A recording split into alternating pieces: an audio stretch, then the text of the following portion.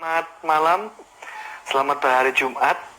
Besok Anda akan memasuki weekend.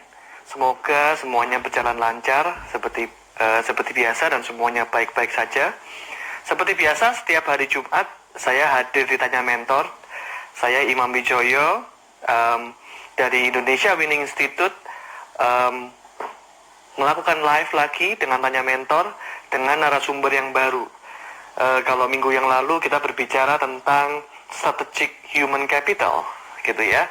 Apa yang perlu kita siapkan untuk memasuki masa new normal. Hari ini banyak sekali kita sedang berbicara banyak hal tentang new normal, begitu. Halo Pak Heri Lee, thank you sudah join. Sebentar lagi saya akan kontak dengan narasumbernya, begitu ya. Silakan. Nah, teman-teman sekalian, terima kasih sekali. Malam hari ini saya berada di sini lagi. Saya ditanya mentor. Kita bisa ngobrol-ngobrol. Kalau minggu yang lalu kita bicara tentang strategic human capital bersama teman saya yang adalah expertnya, yaitu Bu Novi.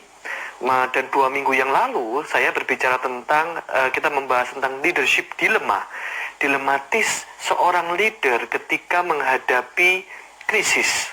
Wow, banyak sekali leader-leader yang pusing hari ini untuk bagaimana menyelesaikan masalah-masalah yang ada, mengatasi krisis yang ada di dalam dalam kondisi COVID ini, begitu, teman-teman sekalian. Nah, malam ini kita akan bicara, kalau kemarin ngomong tentang leader, kemudian ngomong tentang bagaimana turning negativity into a positive dengan Bu Yeni Indra, kemudian ngomong dilematis seorang leader, lalu kemarin kita ngomong tentang strategic human capital. Hari ini kita ngomong lagi tentang new normal kembali, yang sekarang ini senantiasa digembar-gemborkan, yang senantiasa dihembuskan oleh media maupun oleh semua orang, yang mana kita akan masuk ke dalam next normal atau new normal. Nah, apa sih yang dibutuhkan? Kalau kemarin kita ngomong tentang perusahaan, seperti apa perusahaan yang dibutuhkan, apa yang harus disiapkan, baik itu sistemnya, orang-orangnya, dan lain sebagainya. Hari ini sangat melengkapi sekali. Kita akan bicara bagaimana kita melengkapi diri kita sendiri untuk masuk atau mempersiapkan diri untuk menyambut new normal yang ada. Di Jakarta hari ini sudah mulai proses transisi, meskipun PSBB-nya sudah diperpanjang lagi. Di Surabaya juga diperpanjang, kemudian di Jakarta juga diperpanjang. Nah, narasumber saya kali ini juga dari Jakarta, begitu ya. Seorang penulis buku, seorang motivator, seorang trainer, yang mana beliau akan membahas tentang bagaimana seorang pribadi di atas garis ini tadi dengan mempertahankan antusiasmenya untuk menghadapi new normal, begitu ya. Mantap sekali. Nah, ini sudah ada Bu Nancy juga. Thank you Bu Nancy sudah mampir. Sebentar lagi kita sambil menunggu Pak Sabam Silaban, kita akan berbicara dengan beliau dan kita sudah mempersiapkan ini. Semoga perbincangan kita hari ini boleh menjadi berkat dan memberikan insight buat Anda semua, begitu ya. Nah, saya sambil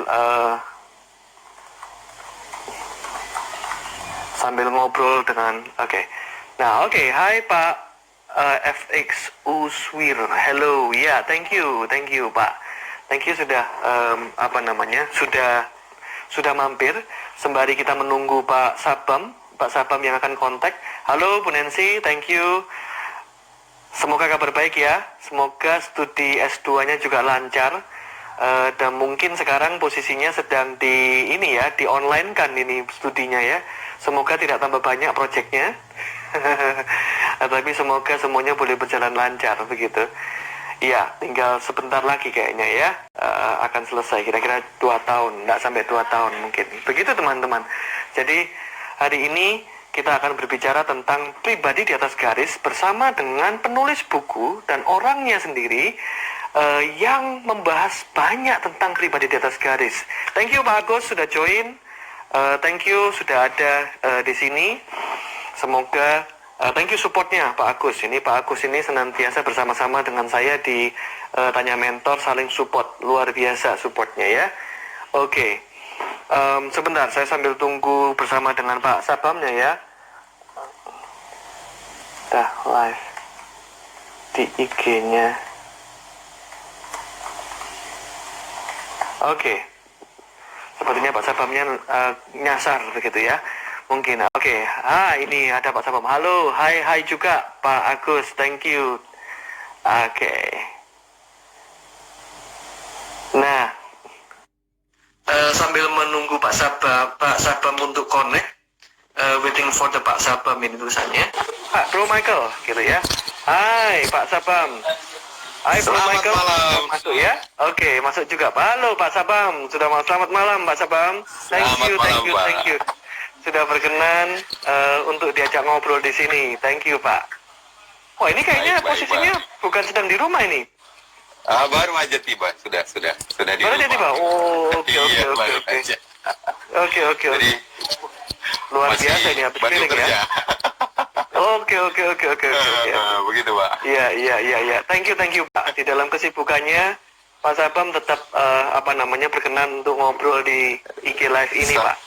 Sama-sama Pak Imam. Sama-sama. Nah teman-teman, saya memperkenalkan Pak Sabam. Pak Sabam ini orang luar biasa, orang benar-benar orang di atas garis begitu ya. Beliau penulis buku, ada 3 bukunya, ini masih ada. Ada buku Guru di Atas Garis, ada foto beliau begitu ya. Ada juga Siswa di Atas Garis, dan yang terakhir ada Pribadi di Atas Garis. Wah, yang 2 ini beliau menulis sendiri begitu. Yang ketiga ini menulis bareng-bareng dengan teman-teman. Yang luar biasa teman-teman sekalian, kita belum temu muka waktu itu. Hanya melalui medsos, koordinasi, dan lain sebagainya, dikumpulkanlah semua artikel-artikel itu, kemudian jadilah buku ini, gitu ya. Tentunya dieditori oleh Bu Nancy, tadi yang muncul di sini yang saya sapa, begitu ya. Bu Nancy yang melakukan editornya, dan lead projectnya adalah Pak Sabam. Dan anyway, Bu Nancy dan Pak Sabam ini sepasang sejoli, teman-teman. Jadi mereka sangat luar biasa ini ya, pasangan yang sangat produktif, begitu. Nah, beliau ini juga seorang trainer, juga seorang motivator. Banyak sekali muncul di sekolah-sekolah seperti bukunya, mentraining orang-orang guru-guru, mentraining siswa-siswa, mentraining perusahaan, intinya di dunia sumber daya manusia, yang mana beliau ini memiliki satu konsep, yuk kita menjadi pribadi di atas garis. Baik itu profesi di atas garis, baik itu guru-guru di atas garis, baik itu siswa-siswa di atas garis. Nanti kita akan bahas teman-teman, maksudnya di atas garis itu seperti apa, begitu ya. Nah, ini tidak kurang dan tidak lain Pak Sabam, aplaus dulu dong secara virtual. Anyway, kita sudah lama ya sejak launching buku itu. Sudah lama sekali tidak Pak. tua. Sudah berapa tahun ya Pak? Iya, itu tahun berapa loh itu? Udah lama 2015 itu. ya Pak? 2015 ya? Iya. 5 tahun yang lalu. 5 tahun. Waduh. Tetap komunikasi ya lewat. Iya, lewat WA. Iya. Puji syukur kita ada IG Live dan ada video call dan Zoom sehingga kita bisa temu muka ini, Pak. Betul, dan saya sangat luar biasa ini mengenal Bapak. Saya merasa beruntung mengenal Pak Imam. Oh, amin. Terima kasih. Karena ada banyak ilmu, walaupun hanya lewat udara, saya bisa transfer dapat ilmu dari Pak Imam, pengalaman, juga sharing-sharing bagaimana mengelola usaha dan seterusnya ya. Dan hari ini lewat undangan Pak Imam kita bertemu lagi nih. Iya. Di IG, tentu juga ada beberapa teman kita yang akan bergabung ya. Iya. Senang Pak. Salam sehat Pak. Salam sehat selalu ya. Semoga sehat-sehat selalu Pak Sabam, juga Bu Nancy, juga anak-anak ya. Semoga semuanya sehat-sehat semuanya. Thank you. Oke. Nah, teman-teman, hari ini kita akan berbicara tentang pengalaman maupun ilmu maupun jurus-jurus kungfu daripada seorang Pak Sabam, Sofyan Silaban, gitu ya. Nah, tapi sebelum itu Pak Sabam, bolehkah cerita profesi Bapak, latar belakang Pak Sabam itu seperti apa supaya teman-teman di Tanya Mentor ini mengenal Bapak, begitu? Oke, terima kasih Pak Imam. Sehari-hari saya mengajar atau memberikan training dengan tagline di atas garis, seperti karyawan di atas garis, SDM di atas garis. Nah, memang cikal bakalnya dimulai dari anak-anak sekolah, yaitu mulai dari siswa di atas garis, mahasiswa di atas garis, lalu kita sharing pada teman-teman guru, baik itu guru non formal, guru formal di sekolah, melalui satu tagline guru di atas garis. Nah, lalu kemudian berkembang Pak, berkembang karena memang ternyata dunia itu luas dan guru itu ternyata banyak sekali, tidak hanya guru di sekolah dan murid juga ternyata tidak hanya di sekolah ya, di semua lini adalah guru dan di semua lini adalah ternyata murid. Kalau Gandhi bilang adalah setiap kita adalah guru buat orang yang lain. Artinya saya adalah guru bagi teman saya, bagi generasi berikut setelah saya dan siapapun, kira-kira gitu. Jadi alhasil kita bergerak dari mulai siswa ke guru, lalu ada juga tagline orang tua di atas garis, tapi dalam orang tua harus di atas garis, gitu ya. Lalu sekarang lebih sering kalau ke perusahaan itu dengan tagline karyawan di atas garis atau SDM di atas garis. Nah, kalau masuk ke pemerintahan SDM di atas garis. Nah, kalau di perusahaan di level mulai dari terendah sampai ke atas, kita biasanya kasih karyawan di atas garis. Begitu Pak Imam.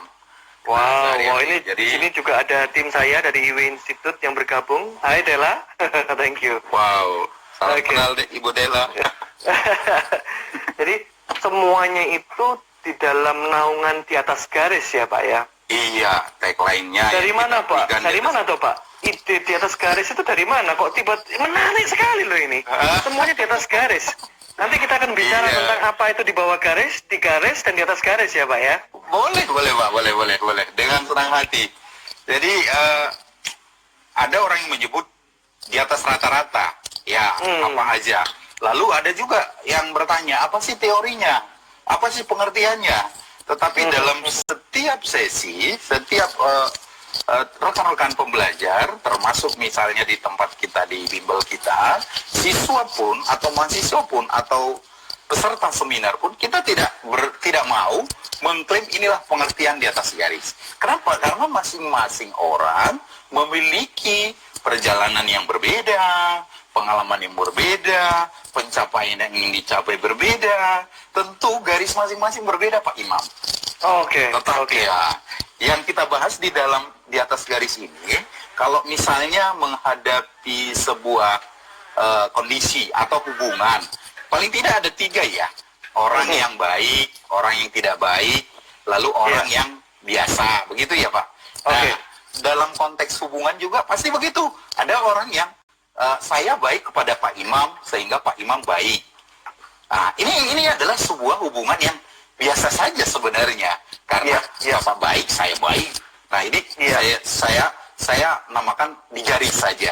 Lalu sebaliknya Pak Imam udah baik ke saya, udah sering nyapa-nyapa saya, tetapi saya nggak pernah balas sapaan Bapak, saya berdiam diri, saya sombong. Nah, ini kan saya tipe di bawah garis berarti. Dan sebaliknya, Bapak tetap aja menyapa saya walaupun saya diam, walaupun saya nggak gubris. Nah, berarti Bapak sedang berangsek atau naik ke posisi di atas garis. Nah, sesimpel itu kalau dalam hubungan timbal balik, ya kira-kira gitu Pak Imam. Nah, dan setiap orang punya garisnya sendiri-sendiri, begitu ya. Biarkan setiap orang itu dibebaskan untuk memiliki garisnya sendiri-sendiri. Karena kita tidak bisa. Misalkan saya tidak bisa meletakkan garis saya ikut Pak Sabam, begitu ya. Bisa jadi kan garisnya Pak Sabam mungkin lebih tinggi. Atau saya tidak bisa mengikuti orang yang dengan garis yang lebih rendah. Sehingga saya tidak bisa. Begitu ya Pak ya. Jadi saya menelaah sendiri seberapa tinggi garis saya, begitu ya. Iya, dalam persepsi sebagai pribadi Bapak. Tetapi maksud saya yang universal tentu ada ya. Yang universal ada.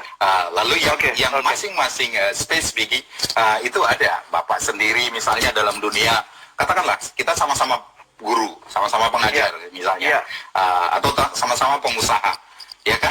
Dalam menilai karyawan kita punya barometer secara sendiri. Tapi yang universal kan ada, gitu. Yang sama aturannya dalam perusahaan. Kira-kira gitu Pak Imam. Jadi Ini ada yang nyapa ini Pak, dari Pak Syakian Roni.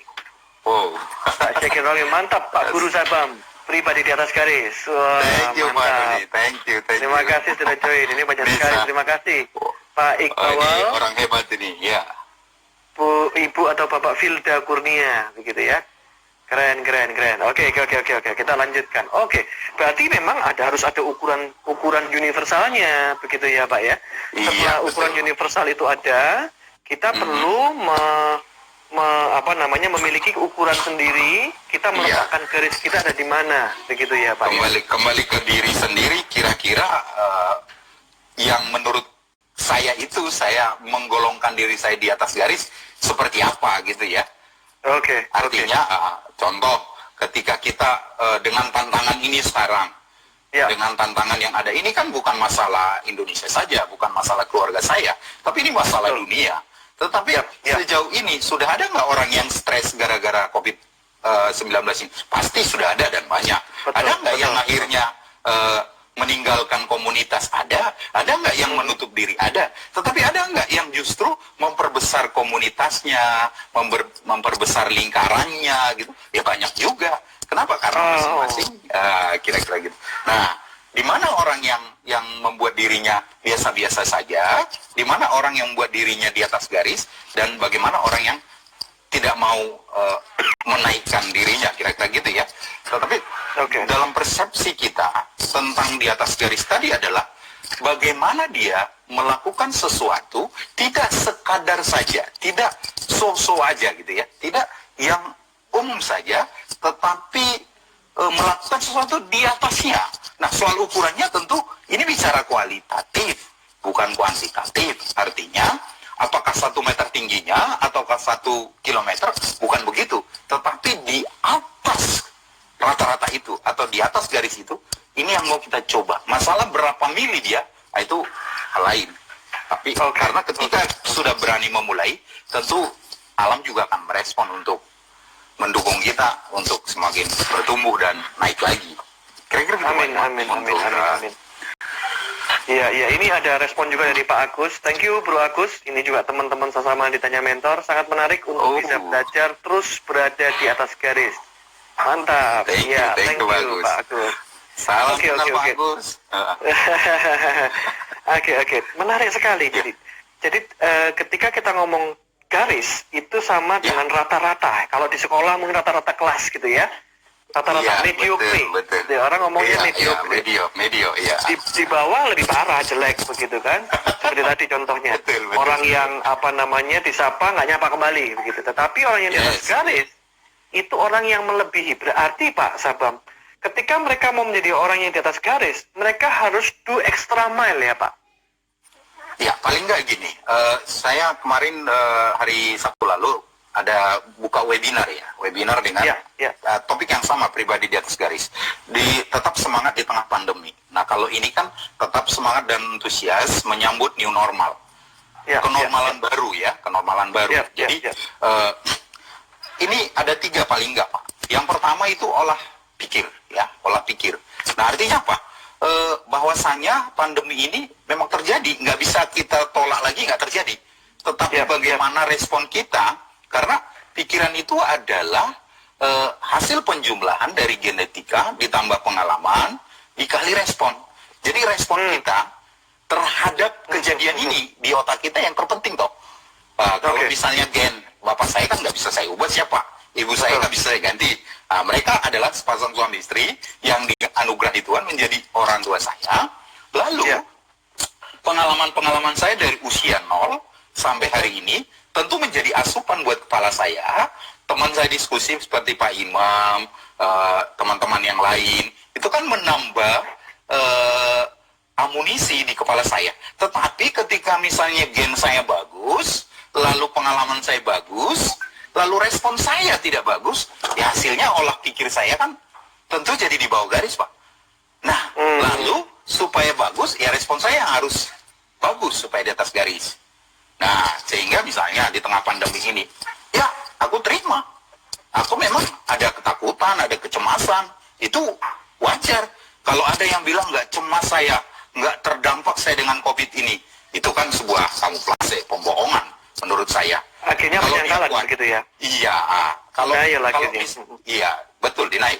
Artinya ada benar nggak COVID ini mengganggu saya? Yes, tapi jangan lebih dari 20%. Keadaan itu harus disadari. Tetapi dengan adanya COVID ini, apa yang harus saya lakukan? Oh, saya keluar nih hari ini, harus keluar. Ya bawa masker dong, bawa sanitizer dong, ya kan? Bawa tisu basah dong yang sudah ada alkoholnya misalnya. Begitu saya ngobrol dengan teman, dengan murid, dengan klien, dengan rekan bisnis, berarti kita usahakan jaga jarak dong. Kenapa? Karena olah pikirnya sudah benar. Kira-kira gitu. Nah, lalu terungkaplah dari mulut bibirnya, saya ini menghadapi COVID, tapi saya akan bisa melewati. Saya kuat, saya sehat, anak istri saya sehat, tetangga-tetangga saya sehat. Gitu. Lalu sebagai dukungan saya terhadap tetangga saya, terhadap istri saya, terhadap anak saya tidak sembarangan keluar. Saya memang keluar begitu keadaan biasa, penting, urgent. Mana ini? Oh, urgent. Berarti saya keluar. Penting. Cukup dong lewat Zoom, lewat WhatsApp. Kira-kira gitu. Oh, biasa saja. Oh, berarti cukup sekedar WhatsApp. Begitu. Nah, jadi kalau urgent berarti harus pergi. Nah, kalau harus pergi berarti ada protokol yang harus dilakukan. Karena olah pikir sudah benar di atas garis tadi. Nah, lalu yang kedua Pak Imam, olah hati. Nah, ini yang sering terjadi. Misalnya, kita begitu sampai di supermarket, kan rame orang ya Pak. Langsung tadinya sehat, begitu lihat, aduh, rame sekali, panik. Mulai terasa kayaknya saya udah kena ini. Padahal nggak ada, gitu. Pikirannya sudah memikirkan bahwa dia kena nih, yang sedang terjadi sekarang ini. Wah, mulai patuk-patuk, mulai kerasa gitu ya. Aduh, jangan-jangan saya kena. Kira-kira gitu, Pak. Nah, alhasil dia mulai nggak tenang, nggak tentram. Ya, olah hati berarti bagaimana membuat senang. Nah, ini ada teori yang harus dipraktikkan Pak soal olah hati ini. Kita ini sering tertawa karena lucu ya. Misalnya Bapak ketawa karena saya melucu. Nah, ini harus diubah di tengah pandemi ini dan ke depan nanti tertawa bukan karena aja, tetapi tertawa supaya gitu. Nah, jadi walaupun gak ada yang lucu, tertawa aja gitu. Nah, ini saya sebut di atas garis. Nah, kalau Pak Imam melucu lalu saya tertawa, itu biasa itu gitu ya. Biasa, normal ya. Nah, tapi kalau kita berdua tertawa sekarang supaya apa? Supaya di dalam tubuhnya terjadi kebahagiaan. Lalu menurut para dokter, orang yang bahagia imunnya meningkat, gitu ya. Ini olah hati yang paling ya mudah lah menurut saya, di samping banyak teori-teori lain atau praktek lain. Pak Imam sering saya lihat tuh makan bareng dengan anak, suguhi hadiah buat anak, itu kan olah hati semua itu. Lalu ngajar gratis supaya happy gitu, gitu kan. Lalu kita sebulan ini webinar setiap Sabtu, ya bukan soal uangnya tapi soal bagaimana bahagia ini dengan kita prepare bahan, terus menyebar undangan. Ada rasa happy Pak. Di samping ilmunya juga tetap menggelayut di sini dan akan bertambah tuh dengan peserta-peserta yang berbeda-beda, bertambah, tanya macam-macam, otomatis olahannya banyak. Nah, yang ketiga ada olah fisik. Nah, olah fisik ini iya, karena apa? Udah pasti pikiran mempengaruhi tubuh mempengaruhi pikiran. Itu kan saling ya Pak, tidak bisa dipisahkan ya. Orang yang bergerak pasti pikirannya ikut bergerak. Orang yang diam pikirannya juga otomatis lebih diam sedikit gitu. Nah, tentu ada olah fisik. Nah, kalau yang biasa-biasa dikatakan, oh berlari kecil-kecil boleh. Ya mungkin yang paling sederhana adalah bapak-bapak nyuci piring deh. Gitu. Itu pasti mempengaruhi hatinya. Ya, cuci. Paling tidak hati istri ya Pak ya. Yang punya mbak mungkin hati mbaknya ya kan. tapi banyak juga mbaknya pulang sekarang Pak. Ya. Iya. Berarti benar juga Pak Imam, hati istri. Iya. Jangan-jangan ada yang bilang, nggak bagus ini jadi didengar istri saya nanti ini live-nya Pak Imam. Saya harus ganti piringnya. Jadi Bu Nancy ini sekedar ini ya Bu Nancy, ini sekedar apa? Sekedar joking ya Bu Nancy ya. Oke, jadi yang penting adalah olah pikir, olah hati, olah rasa gitu ya. Kemudian olah fisik gitu. Yang penting diawali dari olah pikir ini tadi ya Pak ya. Itu yang menjadi pemacu utama Iya, tadi saya dengar ketika bahagia itu memang obat gitu ya. Hati yang gembira Iya. adalah obat begitu. Betul, Ketika betul. tadi Pak Sapa mengingatkan ketika kita tertawa, biasanya tertawa karena kita Iya. perlu mulai membiasakan tertawa supaya begitu ya. Jadi, Karena yang bukan saya ingat, tertawa, jadi bukan hanya wah lucu ya baru kita ketawa gitu. Jadi sepanjang hari ini kalau nggak ada yang lucu kita nggak ketawa. betul, Oh, gitu. betul. Padahal nggak ada yang Betul, melarang betul. ketawa, nggak ada Ketawa. yang baik membayar, nggak ada juga larangan. Artinya bebas aja gitu. Bahkan Iya, sendirian iya. pun bisa tertawa. Iya, Lalu orang bilang kamu gila ya. Ya Iya, makanya iya. mungkin ada orang yang bilang orang paling bahagia di dunia ini orang gila. Iya. Tapi tidak harus jadi gila ya Bapak. Iya, Teman-teman nggak harus iya. jadi gila. Begitu Pak Imam. Intinya adalah tertawa di dalam hati gitu ya. Karena yang saya ingat ketika Bapak ngomong tertawa ini, ada sebuah riset. Anak itu, anak ketika masih kecil, jumlah tertawa mereka itu jauh lebih banyak dibanding orang-orang yang sudah dewasa. Betul. Sudah dewasa ini perlu dimasukkan kepala dulu, kalau cocok baru ketawa dia, begitu kan? Kalau Nah, anak makanya- kecil nggak ada apa-apa dia ketawa gitu sudah. Nah itu tadi karena ini kita itu orang dewasa lucu karena rangsangan apa yang datang ya. Betul. Sementara anak kecil dengan jarinya saja menyentuh perutnya, sarafnya udah lucu. Jarinya saja menyentuh perut. Jadi artinya sebenarnya ini masalah persepsi aja Pak Imam. Sampai dewasa pun kita sendiri bisa membuat diri kita tertawa. Tadi begitu saya katakan, tertawa bukan karena Pak Imam, tapi tertawa demi tujuan, motifnya apa? Supaya bahagia gitu. Bapak udah langsung senyum, ketawa, berarti kan berhasil buat Bapak gitu. Ini masalah persepsi aja. Gitu. Iya. Setelah kita mungkin udah off nanti di IG ini, Bapak lalu diam-diam sendiri, tertawa, nggak ada orang lain pun Bapak bisa lucu sendiri dan air mukanya itu bersinar Pak gitu. Iya.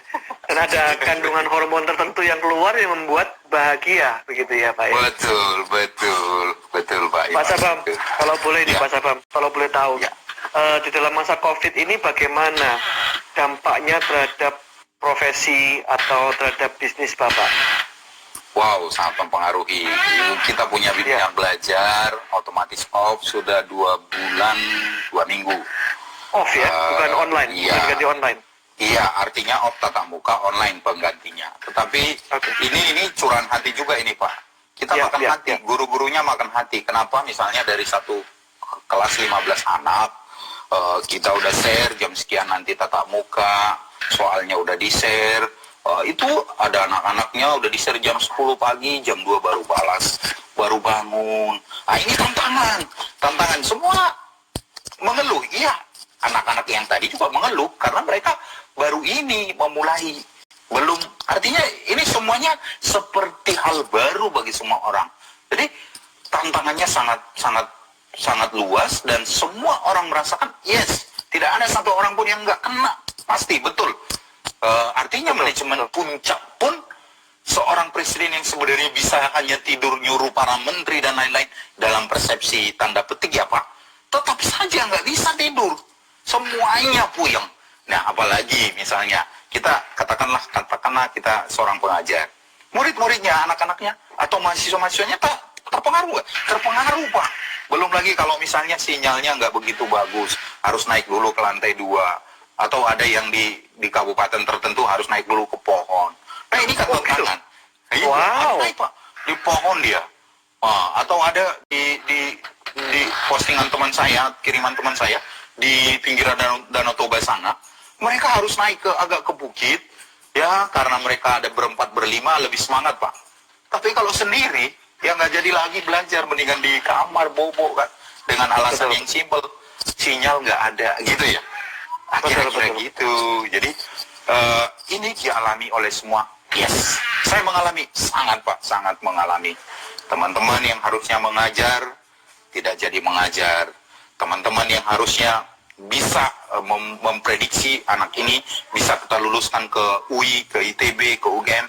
Ya sekarang dengan tidak ada pertemuan itu harapan itu menjadi pasti tergerus Pak, buyar. Artinya apa? Bukan soal masalah ekonomi saja ini, tetapi yang paling menyedihkan adalah terjadinya kesenjangan yang tinggi antara harapan dengan kenyataan. Harapannya tadinya bulan 6 nanti, bulan Juli, kami akan mendapat konsumen sekian, kami akan dapat murid sekian, kami akan dapat klien sekian perusahaan, akan dapat income sekian. Ternyata tiba-tiba tanggal 16 Maret langsung berhenti, tidak ada tatap muka, di rumah semua, dengan kebosanan-kebosanannya memulai hal baru, berhadapan dengan anak yang tadinya memang senang anak, tapi di minggu-minggu pertama mungkin ada banyak orang tua yang seolah-olah nggak suka dengan anak. Sorry nih, seolah-olah ya Pak. Karena apa? Mereka jadi orang tuanya sekaligus jadi gurunya. Gitu. Betul. Nah, bahkan mungkin yang teman-teman sudah guru pun belum tentu siap menghadapi anaknya sebagai muridnya. Betul. Kira-kira gitu. Nah, ini tantangan. Buat saya sendiri, usaha kita sangat-sangat berpengaruh Pak Imam. Tetapi lagi-lagi, olah pikir. Ini bukan hanya masalah saya, ini masalah semua. Lalu saya berpesan ke beberapa orang teman, yang penting kita bisa makan ya di masa ini. Oh begitu Pak Imam. Wow. Gitu. Thank you ini Pak Derman Sinaga ya, memberikan jempolnya. Ada di sini ini. Thank you Pak Derman. Iya, dan beberapa teman yang lain. Wow Pak, lantas bagaimana Pak Sabam tetap menjaga diri, olah pikir Pak Sabam ini tetap di atas garis Pak? Oh itu, paling tidak ada 3 ya Pak yang kita lakukan. Yang pertama itu, webinar sekarang kan banyak yang gratis juga banyak. Bayaran murah juga banyak. Para coach, para motivator, para trainer yang bagus-bagus, yang baik-baik itu, banyak juga yang berderma hari ini. Yang tadinya mungkin dia dibayar 2 jam itu 30 juta, dibayar 50 juta. Ada yang cukup dibayar 100 ribu. Malah seperti kita kemarin 2 minggu ini, bahkan besok lagi kasih webinar itu hanya dengan 85 ribu, lalu bukunya pribadi di atas garis dikirimin Pak. Bayangkan, ini berarti 50 ribu, kalau misalnya dikirim ke Makassar atau ke Medan, itu biaya ongkos kirimnya 37 ribu, kita berarti menambah 2 ribu lagi.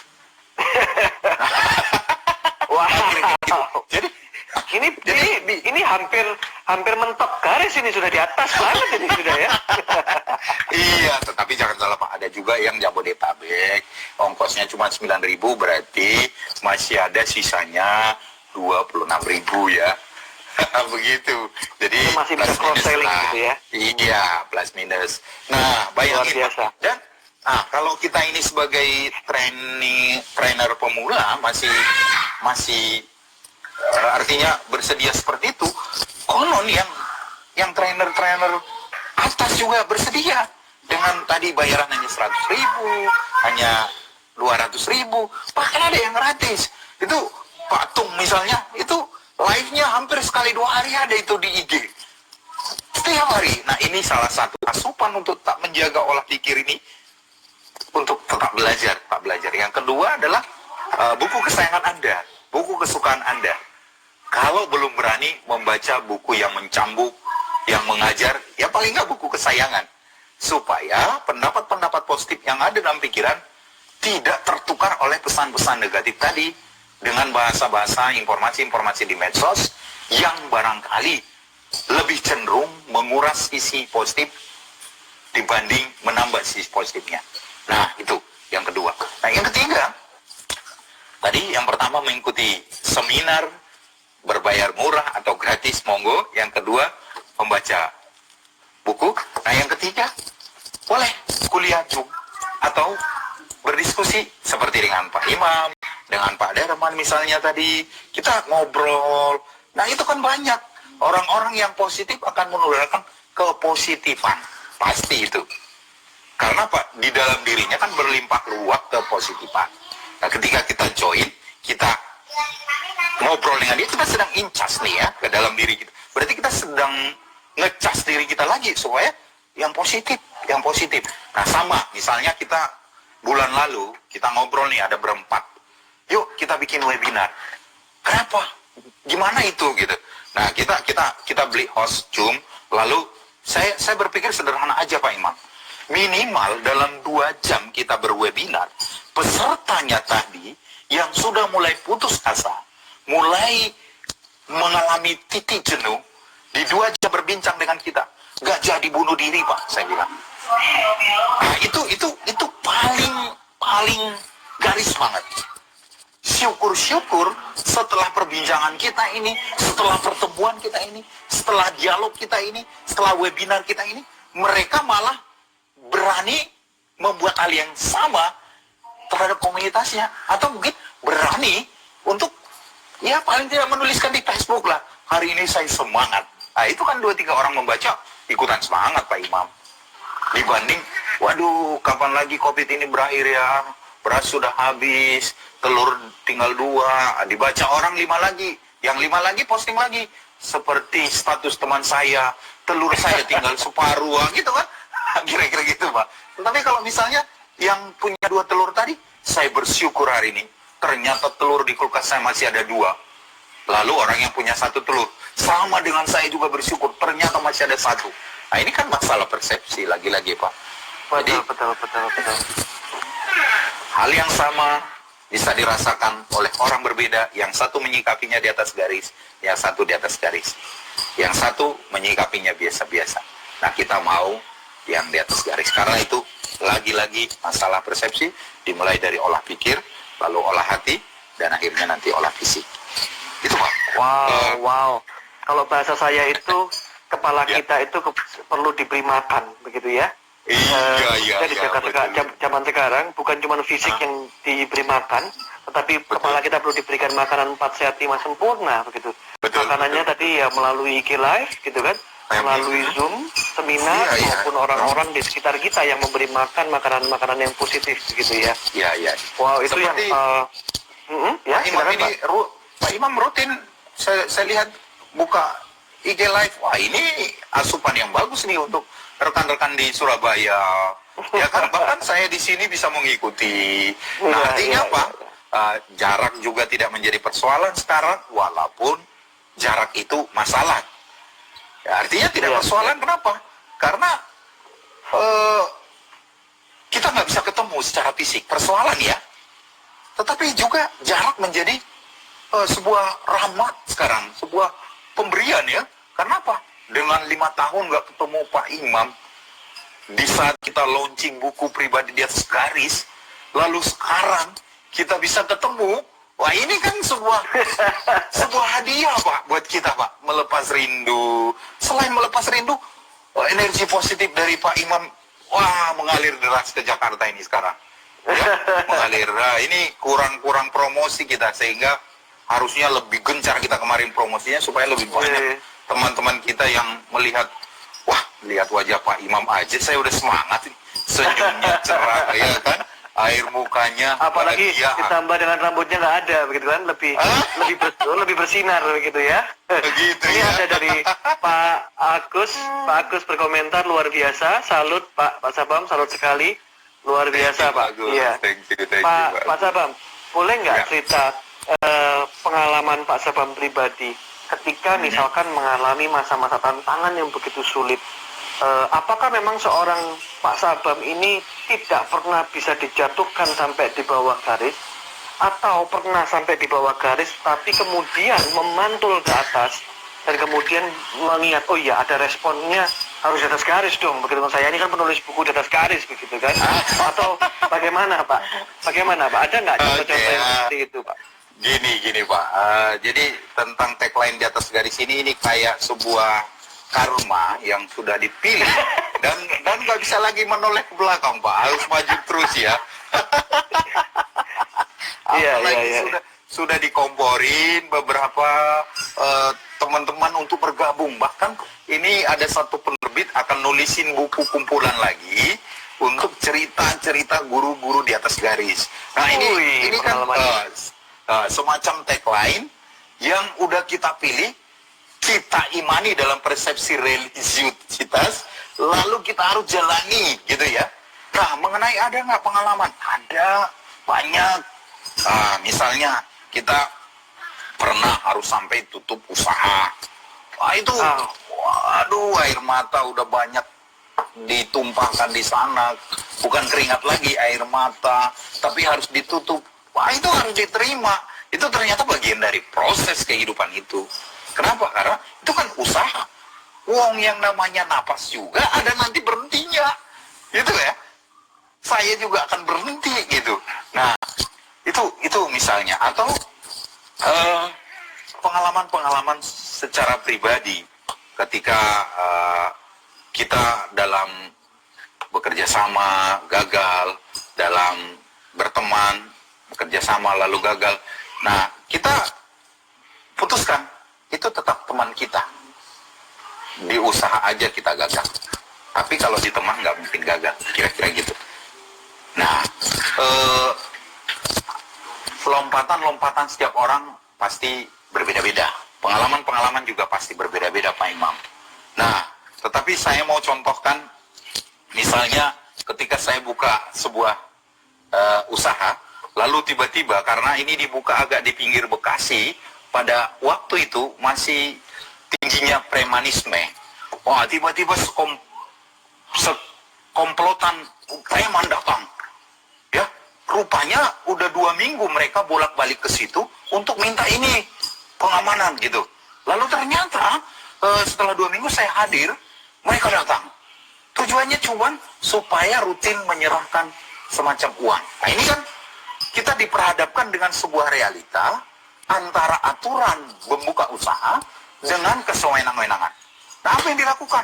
Mereka memaki-maki, marah-marah.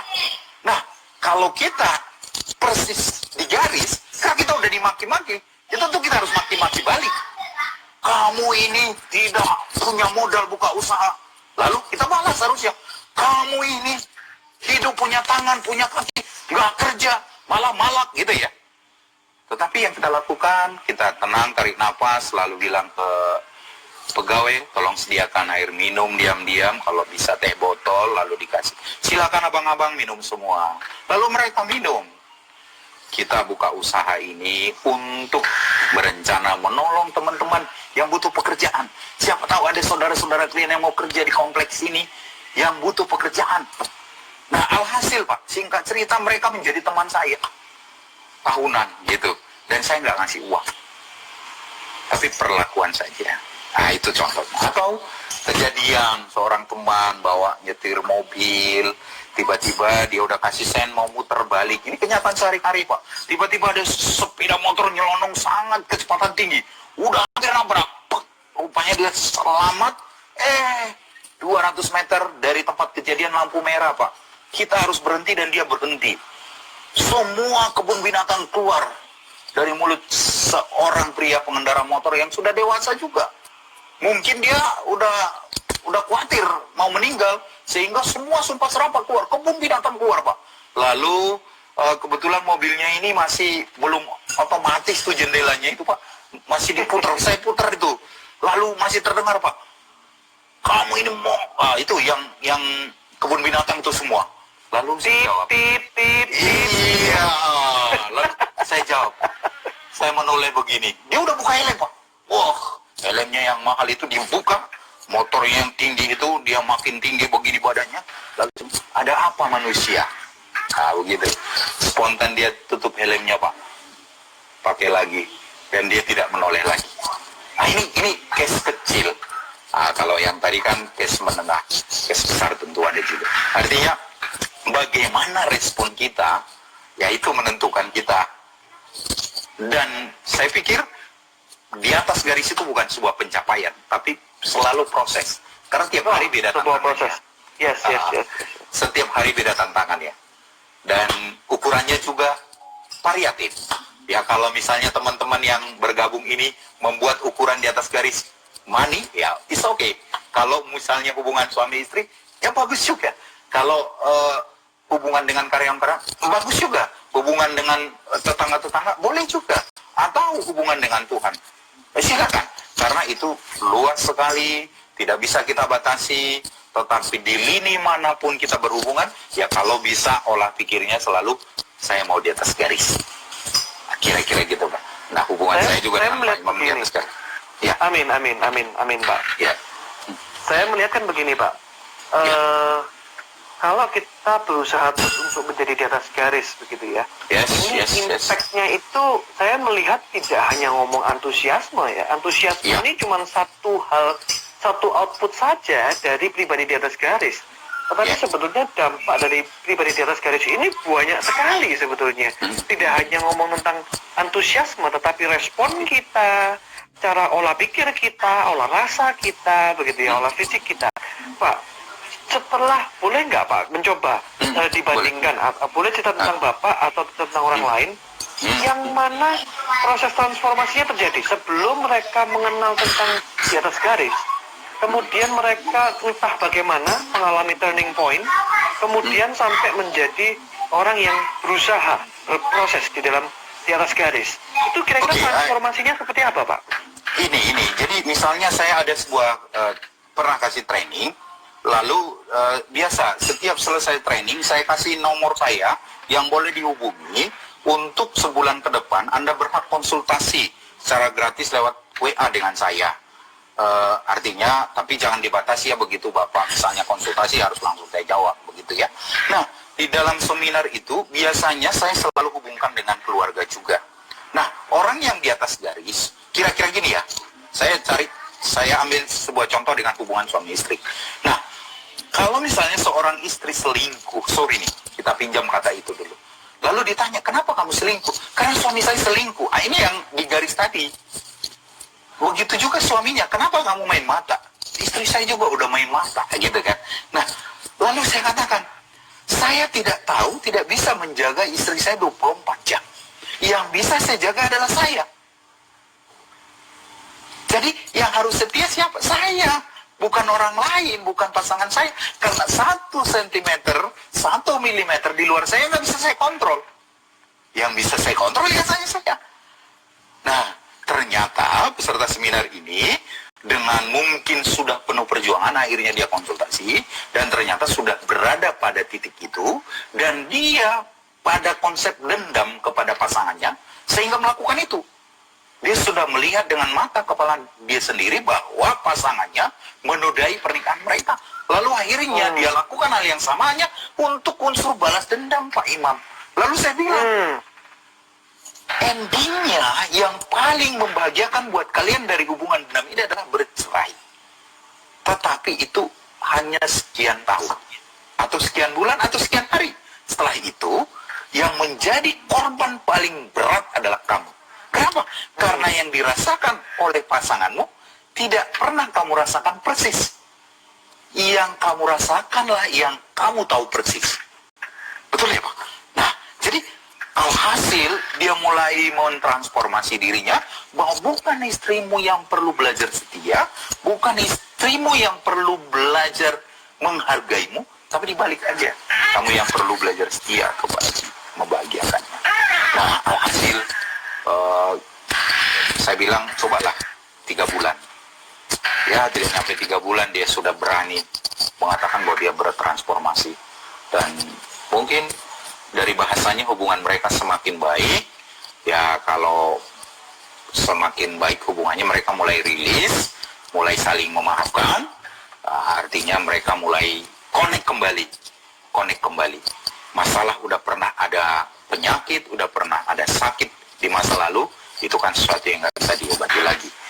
Ya, itu ibarat luka di tembok yang dipaku lah. Tetapi kabar baiknya Anda tidak perlu lagi menambah lubang-lubang baru. Ya, cukuplah lubang yang lama. Anda memang tidak mungkin lagi menutup lubang itu. Anda juga nggak mungkin ganti rumah. Itu ganti rumah, ganti pasangan ya. Kecuali Anda mau capek. Belum tentu juga dapat seperti itu baiknya. Bisa juga lebih runyam dan seterusnya. Nah, ini contoh transformasi di dalam kepribadian seorang dalam hubungan mereka dalam perkawinan. Nah, dalam kinerja juga ada orang yang di atas garis. Saya contohkan ada seorang pengusaha yang tadinya kalau karyawannya kerjanya 10, ya 10 dong penghasilannya. Tapi setelah kita berdialog, berinteraksi, dia coba kasih lebih. Wah, ternyata respon dari kawarannya sama Pak. Dia udah merasa dihargai, akhirnya naik kelasnya, kualitas kinerjanya naik. Itu dalam dunia kerja. Nah, karyawan juga demikian. Coba deh, ini saya contohkan nih ke kelas-kelas cleaning service, Ya, tugas cleaning service itu kan bersihin kantor, bersihin ruangan-ruangan office, kaca, jendela, pintu dan semua lah. Lalu ketika udah jam-jam kosong itu ngapain? Gak ada. Nah, ada nih office boy di atas garis. Dia turun ke parkiran, dia ambil ember, dia izin ke direkturnya, Pak, kunci mobilnya. Dia lap mobilnya, dia cuci. Kan gak ada dalam job desk itu, Pak. Mencuci mobil pribadi direktur, nggak ada toh. Karena ini kantor, tapi dia lakukan. Nah, direktur ini pun tidak mungkin menutup mata, Pak Imam. Dia akan lakukan something, gitu. Nah, ini bukan masalah level, bukan masalah kalau Anda pengusaha harus di atas garis. Siapapun, bahkan saya punya pegawai yang office boy, dia bisa ngerjain meja, dia bisa membetulin kursi, dia bisa apa aja bisa. Dan kadang-kadang kita tidak suruh, dia bilang, Pak, udah rusak, boleh saya betulin nggak? Pak, ini saya sebut office boy di atas garis, Pak. Nah, jadi tidak harus direktur, tidak harus karyawan middle, bukan juga karyawan puncak, bukan juga paling bawah. Siapapun bisa, karena masing-masing beda-beda. Tentunya medan yang dilayani, kuasa yang dia pegang, lalu luasnya cakupan tanggung jawabnya itu dipengaruhi. Artinya kemanapun kita bisa, dimanapun dan kemanapun kita bisa berproses menjadi seseorang yang di atas garis. Hanya saja olah pikirnya mau nggak mau mulai gitu ya. Itu Pak Imam. Wow, di sini juga ada penulis buku Bucu Wewe. Wah, Financial Freedom. Thank you, Bucu Wewe. Wah, terima kasih. Iya, bisa mampir ini. Saya ini. Iya, luar biasa. Thank you, Bu. Pak, Thank you, Bu. kita ini ternyata sudah ada di penghujung acara. Kira-kira 10 menit lagi. Wuih, nggak ini ya. Kita Saya masih merasa 10 menit ya. Betul. Aduh, lain kali perlu bawa kopi ini di sini gitu ya. Betul. Harusnya tadi udah saya planning bawa kopi. Ternyata pulang dari kantor tadi bisanya jam 6. Di jalan 50 menit juga. Sudah mulai macet, Pak, di Jakarta sekarang. Sudah mulai macet ya? Sudah mulai, Surabaya juga iya. sudah mulai banyak yang aktivitas di luar. Sudah mulai ya. Sudah mulai. Tetapi Surabaya ini sedang benar-benar masa apa ya? Peaknya mungkin ya. Karena hari Kita ini berdoa. Jawa Timur, Surabaya yang terparah begitu. Kita doakan dalam semoga kasus Surabaya korban. Amin. segera berkurang dan tidak menanjak lagi yang Amin. terkena, dan yang sembuh juga semakin banyak, Pak Imam ya. Nah, berarti Pak Imam khusus harus bikin lagi live-nya ini khusus tentang bagaimana ini di masa pandemi nyetir mobil, berkendara dan semua, Pak. Ini harus diulang-ulang nih. Pribadi-pribadi di atas garis seperti Pak Imam yang harus ambil bagian nih, Pak. Luar biasa ini teman-teman. Pak Sabam ini kalau sudah masuk ke perusahaan, kita masuk ke sekolah dan lain sebagainya, banyak sekali impact-nya. Bisa jadi kita ngomong puluhan ribu sampai ratusan ribu orang yang berkonek langsung dengan Pak Sabam. Yes. Ngobrol tentang pribadi di atas garis semuanya. Siap. Jadi hari ini kita berbincang dengan seorang Sabam Silaban, Sabam Sopian Silaban yang masih memiliki konsep di atas garis. Bayangkan teman-teman, kalau kita ngomong di bonus demografi, kalau kita ngomong 270 juta penduduk Indonesia dan kemudian mendengarkan apa yang kita bicarakan tentang konsep di atas garis, baik itu orang di atas garis, baik itu iman di atas garis, baik itu karyawan di atas garis, baik itu bisnis di atas garis, apapun itu semua di atas garis, dampaknya buat Indonesia buat luar biasa sekali sebetulnya. Yes, Ya, Pak Sabam, ya. betul. Pak Sabam, bolehkah mungkin sharing untuk pesan-pesan Pak, untuk teman-teman yang ingin mempertahankan atau ingin masuk ke dalam gerakan di atas garis ini, Pak? Thank you, Pak Imam. Sebelumnya terima kasih ya Pak Imam sudah mengundang saya, mengajak saya untuk live di Instagram ini. Senang hati, Ini Pak. adalah sebuah wujud kepercayaan, dan tentu kita adalah sahabat di udara dan di darat yang harus saling menginspirasi, menyuntik pesan-pesan positif. Nah, kurang di laut aja ya, Pak ya? Iya, kurang di laut ya. Kita harus ikut nanti ke programnya Pak Antoni, Pak Edi itu, untuk bisa jalan-jalan, Pak. Nah, Saya sedang garap sekarang buku SDM di atas garis. Nah, ini mau masuk ke semua level nanti. Saya rencanakan bukunya agak tebal dan ini akan masuk ke siapa saja, khususnya perusahaan-perusahaan yang sedang ini sangat cocok karena sudah masuk sedikit tantangan COVID ini. Ini sebenarnya kan sudah ada setahun 2 tahun lalu soal disruption, soal shifting dan lain-lain ya. Lalu dipercepat, yang tadinya mungkin keadaan ini baru 40 tahun ke depan, tetapi sekarang dipercepat nih di 2020. Keadaan ini karena saudara COVID ini datang dengan tiba-tiba dan mengubah tatanan banyak situasi dan kondisi. Artinya membuat kita harus benar-benar berpikir, mengkaji ulang konsep-konsep kita yang lama. Seperti pengajaran saya secara offline harus benar-benar berubah dengan online. Ini yang seperti ini harus disimpan, difailkan supaya bisa di-sharekan.